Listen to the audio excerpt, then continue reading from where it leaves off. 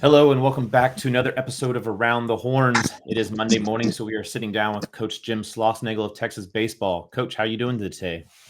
I'm doing well. Hope everybody out there had a great Easter and enjoyed some time with the family. I know it felt good for us to have a day away from it all. So excited to get back to practice today. Yeah, it was definitely nice to get a little run rule to end a little early on Saturday so we could get back. And great Easter here. The little guy was running around with the bubble machine, so that was always fun. That's awesome. Good for you. Enjoy those days. Speaking of this weekend, another top 10 matchup, another series sweep for the Horns. I go back to something that Nolan told me at one point. Maybe it was after the Georgia series. He said this just isn't normal, right? Like you don't kind of see this kind of success consistently in the SEC. There's always going to be that up and down just because it's such a tough league. I guess y'all have to be on cloud 9 at this point in the season.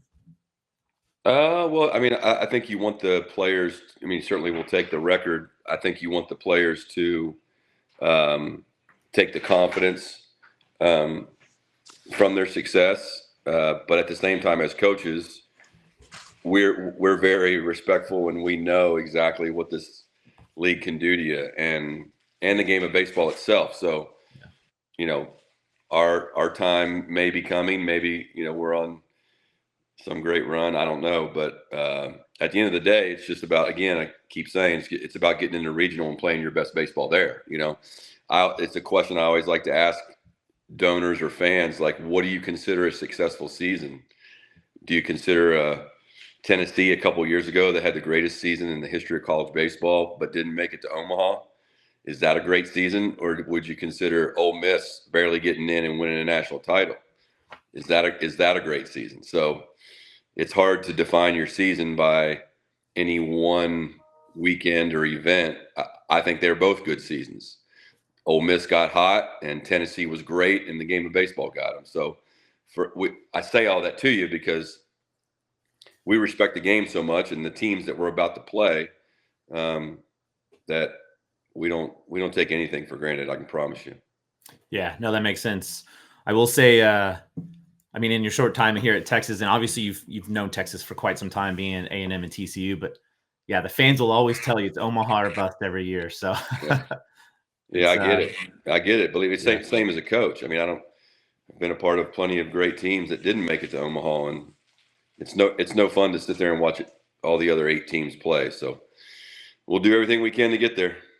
Yeah, no, absolutely. I always think back to that 2010 Texas team. That team was coming off a loss in 2009 in the national championship to LSU, and a team from TCU comes rolling in and takes the Horns down in the Super Regional. That was, I think, even guys like Drew Bishop, who was around then, would tell you that was probably one of the most talented Texas teams that we ever saw. And yeah, to your point, it's not a lot of fun to see another team in Omaha. So yeah, that was a great team. I would venture to guess, I don't know all of Augie's teams, especially prior to Texas, but during my time coaching in the state of Texas since 2004, that's the best Texas team I ever saw by far. So it's tough. TCU happened to play better on 2 of the 3 days. Absolutely. And then going back to this Auburn series, it's the Kimble Shusler Legacy Series, I guess, has 10 RBIs total over the weekend, which is more than, Auburn scored total in runs. Wow. How great is it to see a guy like that who puts the work in every day, has had to overcome injuries and just, he does everything the right way, the little things, leadership, everything. How great is it to see success from a guy like Kimble? Well, it just backs up the phrase, the game knows, just like life itself. The game knows who does the right things and makes the right choices and puts in the work. And he's earned and deserved the opportunity for that success. I can tell you, when I get to the office this morning, probably about 11:15, I'll hear the ping of the bat in the batting cages, and more than likely it's going to be Kimble Shusler in there. And he's a self-made player.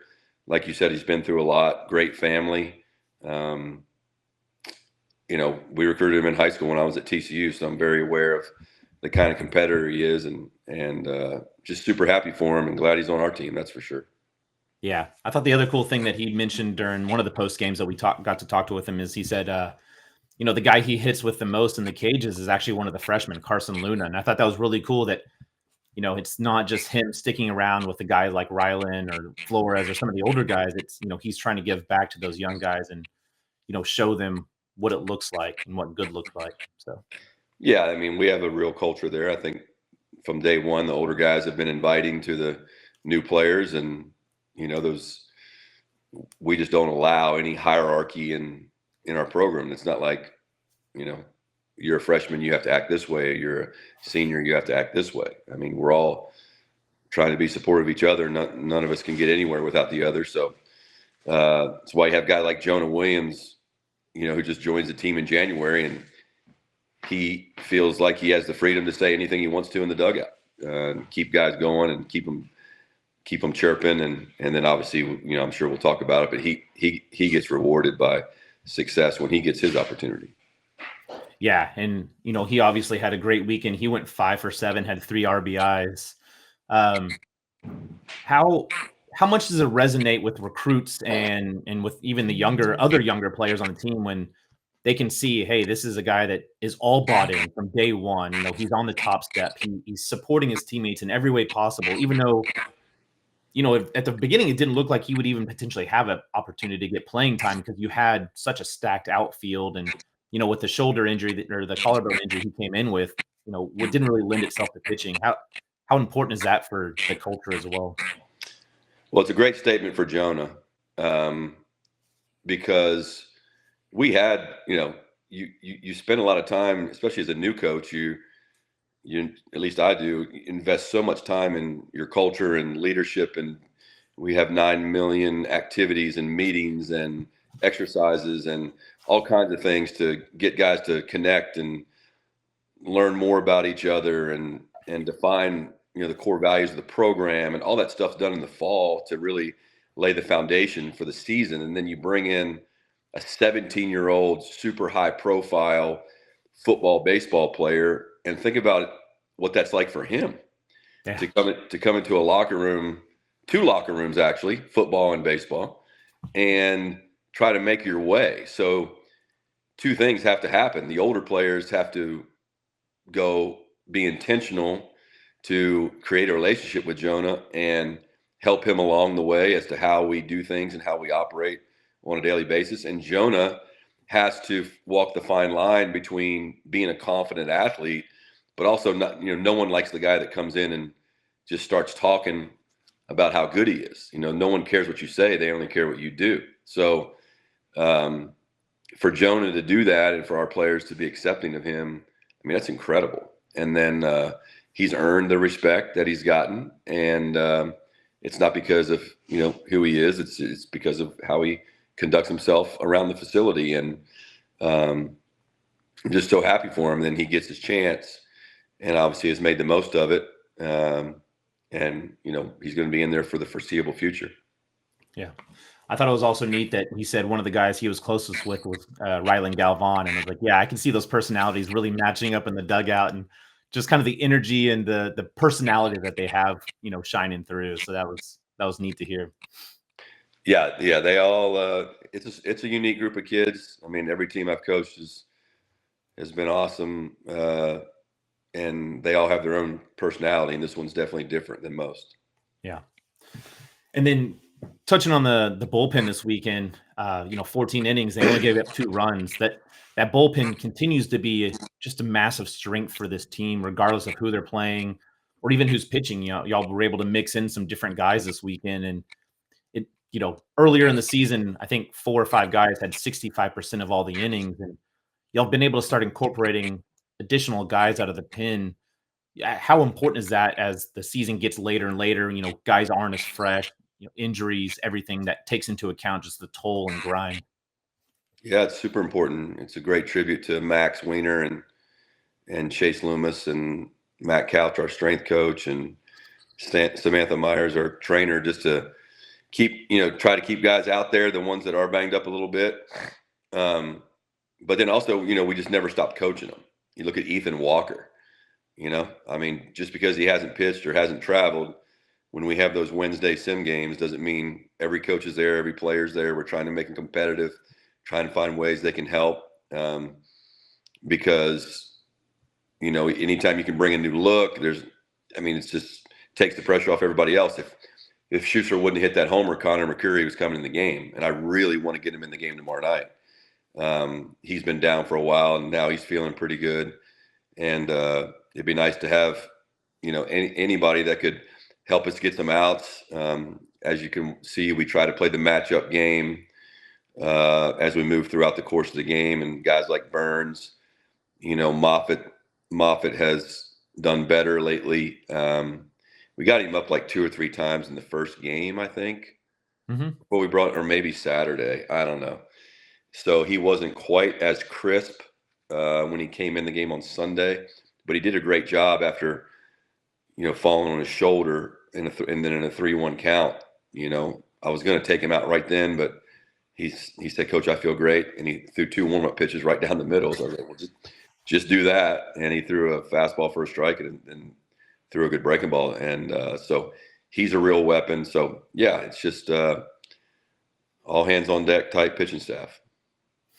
Yeah, I go back to something I think we talked about last week or maybe the week before last. I said, these guys keep talking about rolling out new pitches, a new splitter or a new curveball. And, it's to me, and maybe this isn't unique as I think, but it just seems so unique that these guys are able to have that development in season, or Ethan Walker dropping his arm slot in the season to be more effective. It really speaks to the relationship that Max has and the trust that these guys have in Max to be able to do that. But yeah, it's been really fascinating to watch that bullpen evolve over the season for sure. Yeah, and that's again trust factor with Max. Their throwing program, they call it ATP, athletic throwing program. So if you were to come out early and watch the pitchers throwing on the field, they're throwing footballs, they're running in different directions like an infielder and throwing from different arm slots. And Max does a really good job of just making sure they don't become the prototypical non-athletic stiff pitcher. There's going to be some of those guys every now and then that are like that because of their body type. But Max does a really good job of getting as much athleticism into their pitching as possibly can and developing that over time. Yeah. And then just looking at the overarching season, y'all have 15 games remaining total. I guess to this point, where do y'all feel like y'all are at from a development versus, hey, we feel like we're getting close to, you said you never want to peak as a team, right? Or you want to peak as the right team at the right time. But how do y'all feel like y'all are at from a just overall standpoint of, we feel really good about where the offense is starting to kind of click in rhythm. You add Jonah, which is another left-handed bat, to the lineup. And then, from a starting pitching bullpen. Yeah, I think obviously, we got to see what the news becomes on Spencer. That'll be big, but I can't imagine him certainly pitching this weekend. But it could be a while with Jared. We'll just have to see. But, we'll have to mix and match that. That's why we made the adjustment on Sunday with Ruger. So I think most teams are constantly playing that game with the pitching. Position player-wise, yeah, Jonah kind of taking the forefront of that left field spot, at least for the moment. Mendoza, with his injury, he's going to suck up the DH spot on most days. So until we get Max Ballou back, there's really not that many options, and when Max gets back, then, or if he gets back, I'm hoping he can be back. I would love to say he'd be back for OU, maybe before that. But if we can get him back, then, it makes your lineup even deeper, and it makes your bench better by who doesn't play, but who's available to play. So Gumbo's done a solid job. We got to continue to have him be a part of at least just getting on base and moving the baseball when he can. But I think, we're constantly trying to get more out of our players. I think even, guys like Jalen, I think, those guys can be better. Rodriguez can be better. Shusler obviously showed what he's capable of doing. Casey can be better. So we're always coaching these guys up. They're amateur players. So that's why, Augie was such a fan of fewer games in college baseball, when college baseball coaches wanted to go back to 70 games. He was always one of the main coaches against that because he felt like, these college players needed practice because they're still developing, and that's 100% the truth. Yeah. Speaking of a guy like Rodriguez, he obviously had that edema on his hand and during the Missouri series, and he looked maybe a little tentative just because there was still just the uncomfortable feeling on that bat. But it looked like he really started to put together some really nice at bats. He felt more comfortable. His swing looked a little freer this weekend. How big is that? Just getting him back into the fold and kind of re-entering the lineup as a productive member. Yeah, huge. I mean, he saw what he's capable of doing on Sunday when he finally really got the barrel one and hit a homer. Had a nice hit earlier in the weekend too. But it's just, I think there are still some points of the swing, depending on where the pitch is, if he lets go of the bat with one hand, where it still bothers him some. And can you imagine? And then having that in your mind, the anticipation of that is going to affect your hitting. There's just no doubt. So, but he's getting better. They told us it could be as little as 1 week or as much as 3 weeks. Well, we're past the 3-week mark. So maybe this week will be the week he really gets over the hump and he's able to, do everything. But we'll take it day by day. But having him back out there fully healthy would make a big difference for us. Yeah, makes sense. And then with Casey Borba, I had a chance to talk to Eric, and obviously has a lot of baseball knowledge, a lot of baseball history. And he was saying, just trying to get Borba he's kind of in that medium position right now where there's times where he looks at pitches that, you maybe ought to swing or, it's a swing count. And then there's times where he, lays off on for a really, bad pitch that others would kind of dive at. And how from a developmental standpoint, do you try to just continue to fine hone where it's like, hey, you have to mix that aggressiveness with that really mature, like slow heartbeat at the plate? Yeah, I mean that's a tough one because for example, a guy like Jonah, you don't see him go up there hacking, and most young hitters, they're in a hurry to hit, and it'd be tough to coach out of somebody. Imagine telling a hitter to swing more. That's a challenge because a guy like Casey's been around a lot of baseball. He knows the pitches he can handle and the pitches he can't. And sometimes they put themselves in positions where they don't see the ball real well.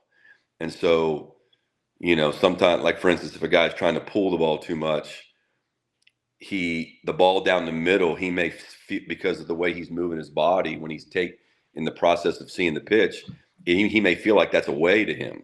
And it's not. And so that's one thing we're always working on with Casey is just trying to use the whole field so that'll allow him to cover more pitches. I think he definitely leaves some damage on the table, but he also draws some walks, and he did hit a homer the other day. So it's a catch-22. If you ask a guy to swing more, then his on-base percentage may go down. His power production may go up, but he's a sophomore, right? And he didn't play. He played some last year, but he's kind of this is his first year full-time playing. Powell was playing third base last year, right? Yeah, Powell was at third base. And JT's playing first Base, and Casey was, kind of just getting at bats where he could get them. So this is his first full year playing, and I think he'll continue to get better. He's going to have to spend some time here this summer on his body, and we need him to move better. But he's got it, because of his family and his background, he's got a really good feel for baseball, and that's hard to teach. Yeah, absolutely. Yeah. Like I said, I always love talking to Eric and the team, the family, just because, there's so much baseball knowledge there, and it's always great catching up with folks like that. Looking ahead, Tuesday night or tomorrow night, you'll have Tuesday down in San Marcos. Y'all obviously, they got the better of y'all in Austin a couple weeks ago, but you always talk about playing to the standard. Do you do anything different on a game when you have to play someone that maybe you had a tough night against prior? Is it just completely wash it, treat it as a brand new game? Yeah. Obviously if I can remember, isn't that the game that Bing had like a no hitter for a little bit? Yeah, and then the final out was, I mean, inches Yeah. away from being over a double to tie it. Yeah, we had a firm hand on the game, and we let them back in the game, and then they started rolling out good arm after good arm. And I understand that. I've been in that situation early on at TCU, where our games on Tuesday nights against the big schools were super important. So, going down to Texas State, just another opportunity for us to keep improving. We got to get some guys on the mound. You're going to have to be some guys carry us tomorrow night that have, try to keep the guys who pitch on the weekends off the field as best we can. Some won't even travel. But San Marcos is always a good trip, great atmosphere, and Steven Trout, I'm super proud of what he's done down there. So, we'll go down there and try to win a ball game. Absolutely. And then, it'd be crazy not to at least acknowledge the fact that, it's a big weekend coming up, another big SEC series. The Texas and A&M, the rivalry continues, or renews, I should say, in baseball this time around. I imagine all the fans are going to be fired up, but I can't imagine that y'all are doing anything other saying just like, hey, we focus on one day at a time. Let's take care of Texas State. Let's get to our sim game on Wednesday. Let's, just continue to put in the work and focus on the pitch in front of us. Yeah, I mean, this week will certainly be another great test of everything you just said. You got to keep it's hard to tell young people to stay away from social media and everything else there are no secrets, right? It is what it is. So we got to play a team that kicked our rear end early in the season. We better be focused on that. We need to be focused on today's practice. We get to practice on a Monday since yesterday was our off day. So yeah, we do get to practice a day before we play a Tuesday game, which is not normal. And then once we get to the weekend, it's going to be awesome. It's an awesome thing for college baseball that A&M and Texas are in the same conference and get to play SEC series every year, one in Dish Falk and next year at Olsen Field. So that's awesome for the sport, and it's a great rivalry for the fans. Awesome. Well, Coach, I know y'all got practice and have a lot of things going on, so I'll let you go. But again, appreciate all the time and insight into the team, and wishing you the best of luck down in San Marcos tomorrow night, and obviously see you at the field this weekend. All right, thanks, Zach. Appreciate it. Welcome. Thank you.